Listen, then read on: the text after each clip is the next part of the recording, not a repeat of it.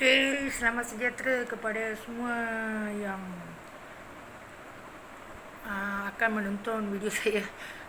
Setahu saya memang tiada apa uh, dalam 10 orang pun ada tontonan rakaman video saya, tetapi saya buat rakaman bukan untuk memalukan sesiapa atau menuduh sesiapa, kerana saya tahu saya tahu kerana apa bukan apa yang diberitahu oleh orang lain dan apa yang berlaku di keluarga saya kahwin tu adalah mereka menyatakan anak-anak sudah dijual lah kerana apa pinjaman dari Along lah, dari China lah, tu lah ini so saya tidak mahu ini lagi berulang kepada mana-mana keluarga. Okey, saya dah beritahu saya berasal dari rumah panjang. Rumah panjang 7 tahun, ibu saya tiada anak, bapa saya telah mendapat mak tiri saya. Mak tiri saya adalah isteri ketiga untuk ayah saya, tapi perkahwinan pertama dengan kedua tiada anak. So inilah perangkap mereka. So dia pergi, dia sudah dapat ibu tiri saya, bapa saya, baru ibu saya mengandung dah 2 bulan 3 bulan atas. So saya nak memberitahu bila ayah saya meminta, saya memang tadika Melayu, kerajaan di Sungai Wei, pakaian merupakan sama dengan pakaian sekolah rendah SRK. So tadika memang tiada apa-apa masalah. 40-50 orang kan dalam sekelas 2 cikgu, memang tiada apa-apa dibuat atau diperangkap.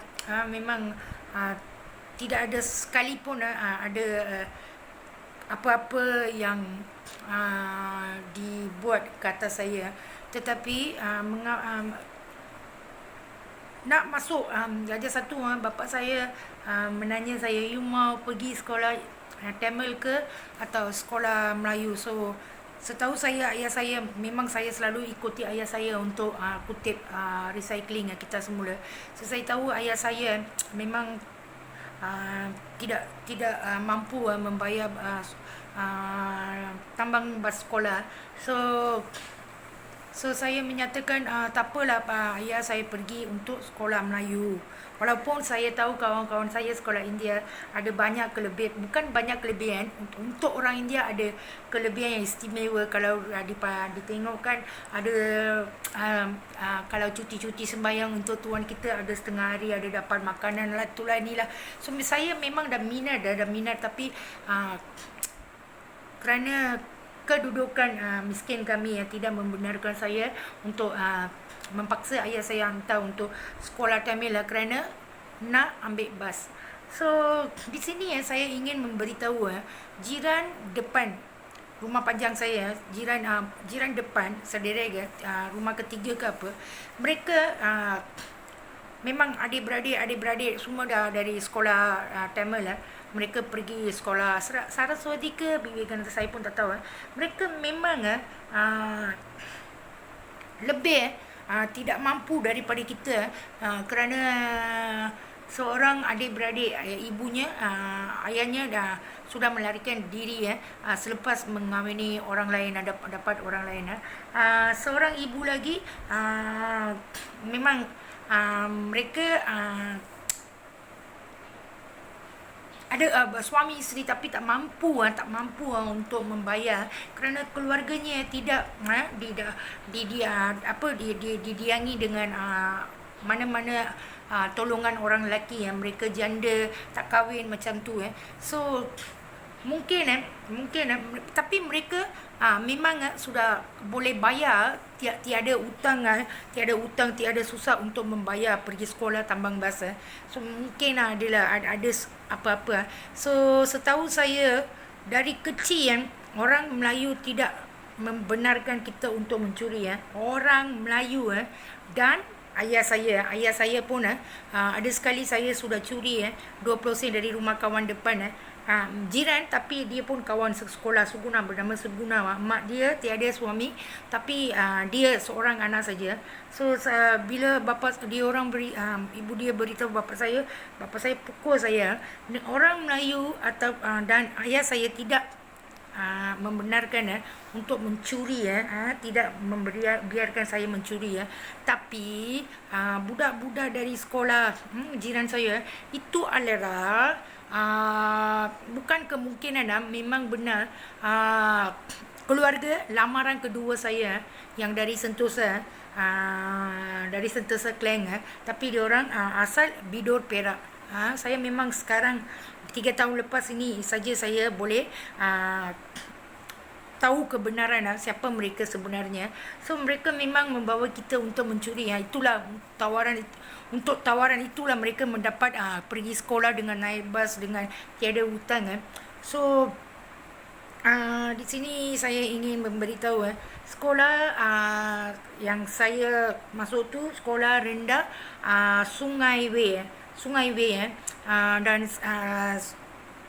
berdekatan itu ada kilang Motorola yang besar. So dalam masa pergi ke sekolah memang saya darjah 2, darjah 3, adik saya belum lagi masuki darjah 1 So pergi beli nasi lemak dan pergi sekolah. So dekat sana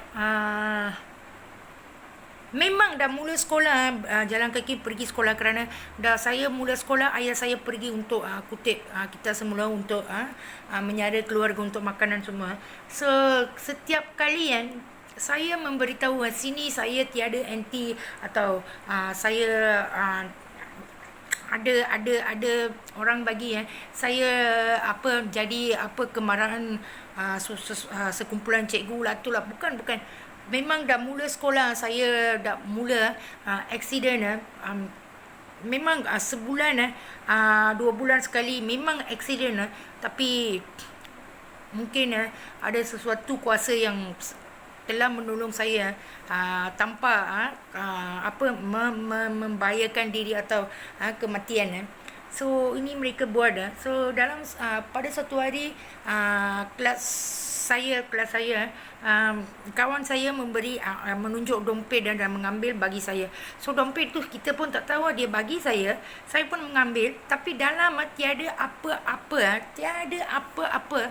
So masa tu mungkin darjah 2, darjah 3 lah masa tu saya dah dapat tahu cikgu kehilangan dompet. So saya tahu budak tu bagi dekat saya. So saya memang saya yang dia dikatakan dah mencuri dompet cikgu tu kalau tidak I'm not the mistaken means dia cikgu India perempuan cikgu muzik bila dia datang kan kita baru 3 tahun lepas ini kan saya perasan dia orang ada beritahu sebelum apa plan ni mereka dah ada plan sendiri dulu masa kecil mana kita tahu. So mereka dah tahu memang mereka dah sedia dengan perangkat mereka dengan drama mereka dengan bagi dompet yang kosong. Lepas tu dikatakan saya mencuri saya dapat tahu dompet cikgu dah hilang memang sumpah dalam tu tiada apa-apa. Saya pergi buang dekat dalam dekat tandas So cikgu tu tanya saya pun kata saya sudah buang dekat tandas kawan bagi. So inilah perangkat mereka So masa tu mereka buat apa, saya menjadi kemarahan seseorang cikgu. So ini tak betul kerana dah dapat tahu ada implan yang sedia kala ada perangkap-perangkap yang disediakan untuk saya. So saya sebagai seorang budak baru 7-8 tahun kalau dikatakan didendam oleh cikgu yang dewasa dari kecil memang tidak boleh diterima. Tapi memanglah mereka terima sesuatu, mereka buat itu So saya ada banyak kawan sekolah masa tu saya belum pandai bahasa Melayu masa tu hari hujan saya nak terkencing terkencing so saya beritahu cikgu Melayu cikgu tandas cikgu kata cakap bahasa Melayu dengan betul, tanya dengan betul. So saya memang tidak boleh tahan masa tu hujan sejuk. So saya tidak menyalahkan cikgu Melayu tu. Memang mereka sudah diberitahu sebelum kita dikenakan. So saya tidak mahu menyalahkan mana-mana kerana mereka ada diberitahu. So baru saya tahu siapa-siapa yang datang dalam hidup saya. Tak salah, memang implan ni yang memberi perintah dan arahan untuk membuat kita so 2 kali 3 kali sampai saya tidak boleh meminta pergi tandas dengan betul dalam bahasa Melayu.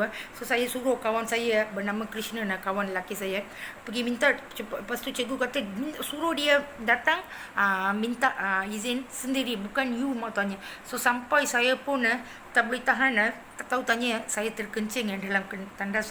So kawan saya lelaki itulah bawa saya pergi tandas. Lepas tu saya cuci pakaian saya dengan air.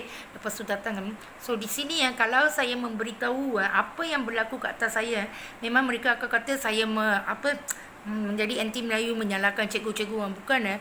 Ini bukan salah sesiapa yang ada dalam hidup saya, di depan saya. Ini adalah perintah dan arahan dari implan saya. So saya ada banyak kawan rapat saya adalah Siti Zubaidah, India Muslim. Dia pakai baju kurung, rambut tak terurus, kutu sampai dia putih tau, cantik. India Muslim tu ibu bapa dia memiliki restoran kalau tak salah dekat Iswari Koil, Sungai Way, tapi dekat dengan Iswari Koil, restoran Mama. So dia datang, dia duduk terbuka kakinya, tapi dia tak pakai seluar dalam sampai kawan-kawan lain mengejek dia. So saya akan menyemelahi dia dan memarahi kawan-kawan saya lain. Janganlah bully dia kerana dia memang tak sikat rambut, kutu, tak kemas. So saya kawan rapat dengan dia, tidak membiarkan kawan saya diejek oleh siapa-siapa. So merangkap saya ada banyak kawan Melayu, ada Cina, ada India ada, tapi kawan yang best friend itu adalah Siti Zubaidah, India Muslim. So apa nak beritahu okey, pada suatu hari datanglah seorang budak baru bernama belum tahu nama lah. So saya ni yang memang dah mula mesra dengan sesiapa. So saya pun pergi tanya dalam bahasa India, apa nama kamu. Dalam 15 minit dah budak tu tidak mau menjawab. Putih, orangnya cantik. So saya pun bukan nak hina dia, bukan nak ejek dia. Saya kata, kenapa you tak boleh cakap bisu? Saya tanya macam tu. Lepas tu dia tengok, tapi walau macam tu pun dia tak mau jawab. So saya pun ingatlah dia betul-betul tak boleh cakap ke apa, kesian. Tu hari ke saya esok kan ibu dia datang, namanya Jennifer. Kawan budak baru yang baru masuk kelas saya adalah bernama Jennifer Christian. So keesokan ibunya datang menanya saya, apa you tanya anak saya? Saya kata tak ada. Saya tanya, saya nak berkawan dengan dia, tapi dia tak jawab. Saya betul-betul ingat dia tidak boleh, tidak berupaya untuk bercakap. Ibu dia pun tampak, apa you ingat? You ni sangat berani. Macam ni lah perangkap. Saya memang tidak hina atau tidak caci sama dia atau tidak ejek sama dia. Memang saya sebagai budak kecil, saya ingat macam tu. So kita tahu kan dekat sekolah-sekolah kita dulu-dulu dapat Colgate percuma dengan berus percuma kecilnya. Semua orang dapat satu, saya dapat 2 kotak. So saya pun ingat, kenapa semua orang dapat satu, saya dapat 2? Kita pun tak tahulah.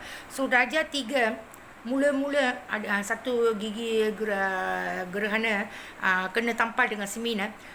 Masa darjah 3 yang ditampal, umur 25 saja dia rosak balik, dia lubang balik. So ini mungkin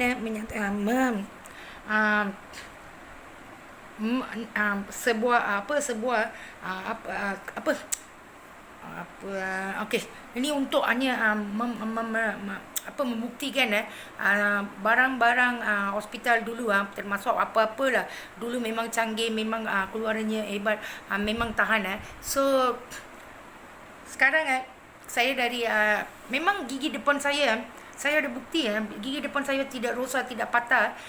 Kita dialau pergi ke Tambun.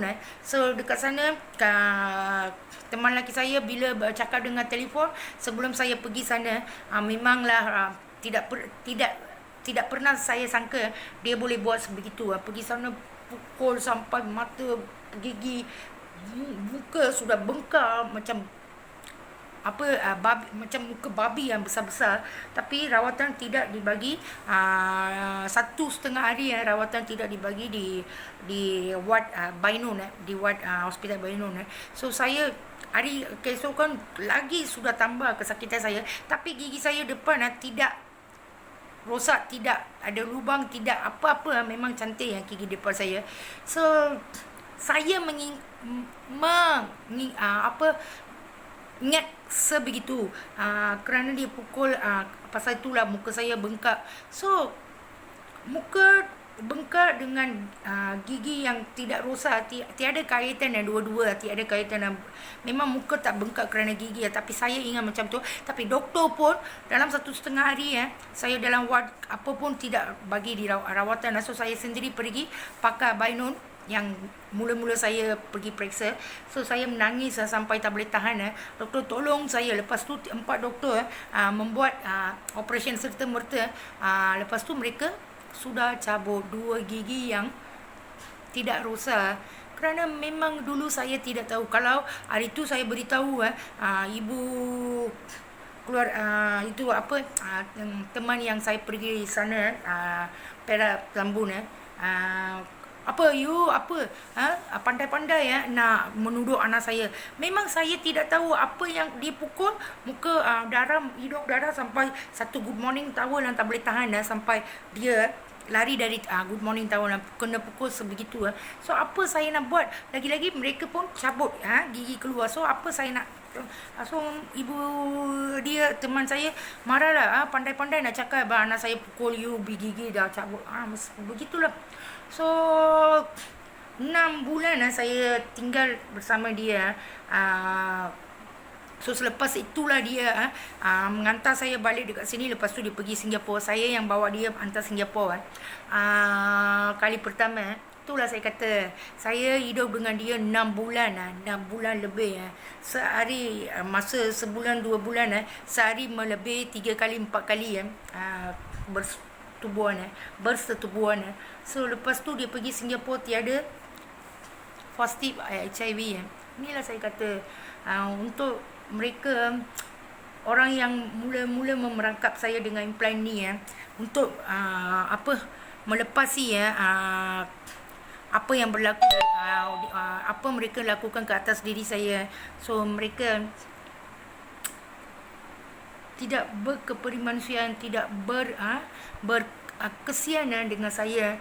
Saya walaupun saya minum racun parakot, walaupun saya sampai gila potong rambut, sampai kita diperangkap dengan jiran-jiran dengan nama-nama yang hina, perempuan jahat, minum, memang tak layak untuk menjadi macam ni lah mereka, kerana mereka dapat semua pampasan yang baik.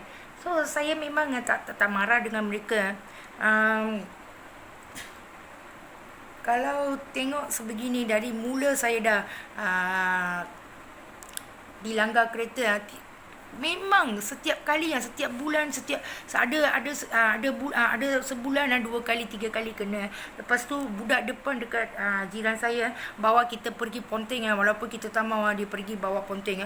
Dia yang curi telur kampung dari rumah. Semasa kita Ponteng, kita tak makan telur. Lepas tu inilah mereka buat, setiap kali mereka membuat kita sebeginilah. So saya menyatakan bapa saya tidak akan memukul kalau mencuri. Dan orang-orang Melayu kenalan kita tidak pernah melepaskan kita untuk mencuri. Memang kena marah, selalu kena nasihat. So ini adalah berkaitan dengan orang yang menerima pampasan untuk kemudahan mereka. So saya tidak tahu siapa lakukan ini, siapa yang mahu ni, untuk apa saya pun tidak tahu. Mungkin kerana dari Mak saya mengandung, mereka mungkin tahu ada latar belakang ayah saya mempunyai sesuatu harta untuk diwarisi. Mungkin kerana ini yang mereka selok belokkan perangkap sampai hari ini saya sendiri pun tidak tahu dari mana startnya permulaan perangkap saya, kerana sudah keliru kalau beritahu penyiasat yang boleh membuat penyiasatan, dan mereka pun akan keliru kerana perangkap orang yang dalam implan dalam badan saya memang intelijen. Wah, dia memang canggih. Otak dia memang apa orang kata pandai. Memang dia pandai. Dia membuat sesuatu perangkap sampai 44 tahun ni tidak dilepaskan. Tapi walau disiasat balik, kita pun tidak tahu dari mana mulanya, untuk apa, dari mana. Lepas tu mereka menyatakan adik saya, bapa saya telah mencabul budak yang murid-murid sekolah Tamil itu. So itu pun saya dah selesaikan. Manalah kita semua main sekali. Ayah saya baring dengan bloster, bantal panjang. So mana boleh dia cabul kita pun berdepan main sorok-sorok. Memang kita semua, ibu tiri saya, adik saya, semua orang ada depan. Macam mereka memberitahu ayah saya cabul adik dia. So lepas itu saya selesaikan. Lepas tu mereka memberitahu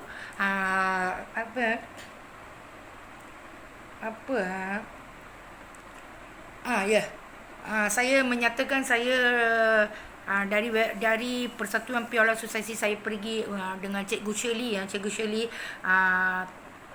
Cikgu Jasmani untuk sekolah menengah Dharma. So saya pergi sana, memang pemandu bas 69 bas mini dia dah mula mengekori saya, tapi tidak pernah dilarang ataupun disuruh berhenti buat sebegitu. So saya pun diam saja. Pada masa lepas tu mereka menyatakan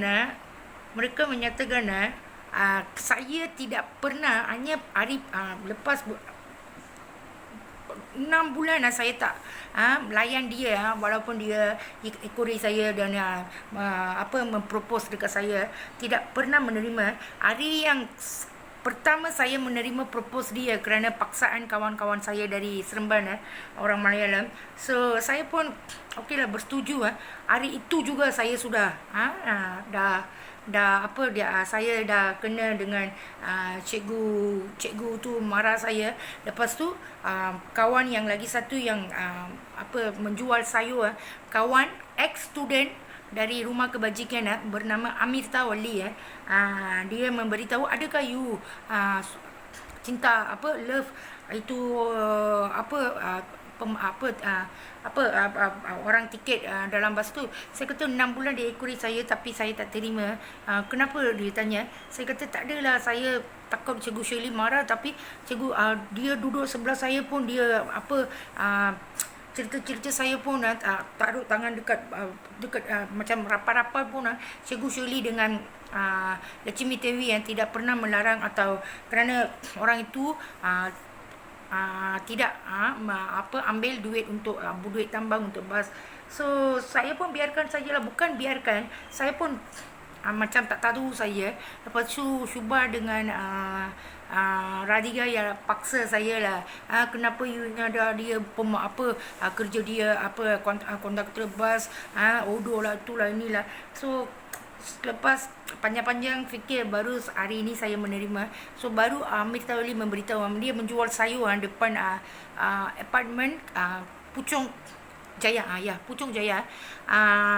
Memang kita dengan Cikgu Shirley dengan orang lain pun duduk dekat apartmen tu. So dia beritahu, kawan saya beritahu, jangan jadi bodoh. Dia ada anak satu yang sudah mula berjalan dan isterinya sedang mengandung untuk anak kedua. Tapi saya dikatakan saya dikatakan saya menjadi liar, pergi dekat banyak lelaki. Lepas tu saya menerima love propose dari dia. Pasal itu keluarga mereka ada penyakit ganjil. Saya pun tidak tahu. Hanya lepas 6 bulan saya menerima propose, tapi tak pernah ikut dia. Tapi dikatakan saya menjadi punca untuk penyakit ganjil untuk keluarga mereka. So inilah apa yang mereka buat. So lepas tu Malaysian ke walaupun kita dari ex-student dari Rumah Kebajikan Piala Society 4-5 orang sedang menerima training dengan percuma. Semua orang dapat itu syubah dengan Radhika dari Seremban pun. Mereka pun adalah student dekat Malaysian Cat 2 Desktop Publishing Brickfield Container. So mereka adalah kumpulan Kristian yang membantu orang-orang yang nak memerlukan bantuan. So NGO lah, sebagai NGO Kristian. So mereka juga membawa orang-orang dari penjara yang menjalan hukuman terlalu panjang, lepas menerima convert dekat Kristian. Mereka akan mula keluar dan membuat kerja-kerja yang boleh disuruh oleh management Kristian ni Malaysian Care. So datanglah seorang Cina bernama Johnson dengan seorang India. Mereka bawa dari penjara John. So dalam 2-3 hari adalah mereka suruh buat pintu lah, itulah ini Malaysian Care 2. So mereka pun rajin lah, mereka datang buat kerja. Hari ke-4 ke-5 account department dah kena curi, dah kena account department duit dah kena curi. Dia punya cash dari account department dah kena curi. Lepas tu John dengan Johnson larikan diri kerana mereka adalah kesalahan mereka adalah menjadi curi rumpak, lepas tu menjadi drug addict. So kerana mereka nak keluar penjara, mereka pun sudah menerima Christianity. Lepas tu keluar dalam 2-3 hari mereka sudah account department dekat Malaysian telah dirompak. So saya dengan itu mereka tiada kena mengena. Kita 3 hingga 4 orang semua India sedang menerima training dengan percuma. Syubha dengan Radhika meletak potu selalu pergi ambil training, kerja sambil belajar. Ambil training mereka ada potu. Lepas tu kalau mereka suruh saya mengalihkan potu, saya tidak mahu mengalihkan potu. Kenapa mereka sebagai India juga mereka boleh tidak dilarang, tidak dikatakan apa-apa, tidak pernah disuruh atau diarahkan apa-apa. Kenapa saya diarahkan letak potu? So saya pun diam. Lepas tu walaupun mereka dekat sana mereka tidak pernah menyanyi lagu Kristian, ada kala praise meeting pagi-pagi mereka ada sembahyang. So praise meeting memang kita semua ada melibatkan diri tapi tidak pernah mereka diminta dipaksa untuk hadiri Bible class. Tidak pernah, hanya saya saja mereka buat. Walaupun mereka dengan saya memang sama, kita pun tak bayar, dia orang pun tak bayar, training dengan percuma juga. Desktop Publishing. So saya dipaksa pergi Bible class, ambil potu. Macam tu ini tak boleh letak. So saya pun hairan kenapa kita sama-sama India, dia orang dilayan sebagai India, kenapa saya dipaksakan sebegitu. So saya pun tidak tahu nak buat apa. Okeylah, saya pun pergi Bible class dengan seorang aunty yang saya nama lupa. So dalam 4-5 hari Bible class bukan saya suka hadiri Bible class mengingat lagi kawan-kawan saya tidak pernah dia paksa, kenapa saya pula paksa. So masa tu dalam 5-4 hari dia pun you accept Jesus, you accept Jesus. Saya sudah confused masa tu, baru 17 tahun lebih saya sudah confused nak accept Jesus, accept dia macam paksa, dia punya paksaan. Saya mengangguk ke atau kata tak tak nak ke? Saya pun tak tahu. Oh, praise the Lord. Kasturi, very good you accept Jesus in your life. Lepas tu dipanggil kawan-kawan semua yang lain, co-workers sini semua datang lah. Oh, very good. Orang second lah. Ada Chinese, ada Christian Chinese, ada Indian Chinese Christian memang orang-orang Kristian dekat sana memang dari dari India convert ke Kristian so saya kata tak saya kata dekat orang tu saya tak sangka lepas saya pun keliru. Mereka sendiri sudah cakap dia angau ke tak ke, saya pun tak perasan mereka sendiri panggil semua sudah datang, praise the Lord, thank you Jesus, another girl macam ni lah. So saya kata tak saya keliru, saya nak ke tak nak saya tak tahu, kerana paksaan, kerana pertanyaan yang terlalu pantas saya keliru dan panik. Saya pun tidak tahu nak beritahu, tapi saya tak nak tipu. Saya tidak mahu, bukan saya inner Kristian, bukan saya tidak mahu pray dengan orang Kristian, Tuhan orang Kristian. Hanya saya tidak mahu convert saya kepada Kristian.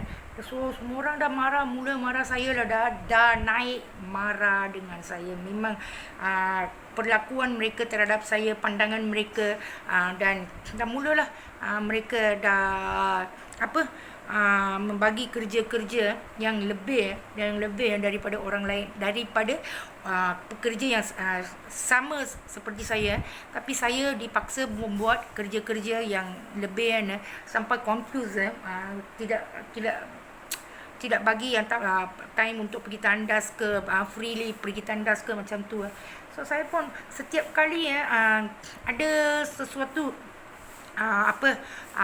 kerja yang sudah disukseskan, kalau orang luar bagi kerja untuk membuat sesuatu atau membuat perubahan, so desktop publishing and printing, so kita akan dibelanja dengan pizza baru.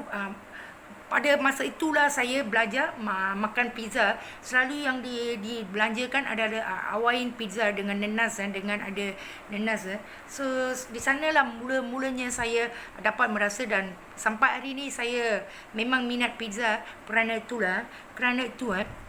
So sebeginilah orang yang datang, mereka bawa dari penjara, mereka yang curi. Lepas tu saya dijeling, saya macam dimarahi. Saya pun tidak tahu kenapa saya diperlakukan sebegitu. So saya dekat sana, saya tentu sudah pasti saya menjadi kemarahan mereka. Saya memang keliru. Takkanlah mereka tak faham. Lepas tu ada sekali seorang bernama Karen, Chinese Karen, dia memberitahu, oh your smile very beautiful, very sweet. So lepas tu lah kerana saya bukan nak menyatakan pasal itulah gigi saya kena cabut, bukan macam tu. Saya ada sanksi saja.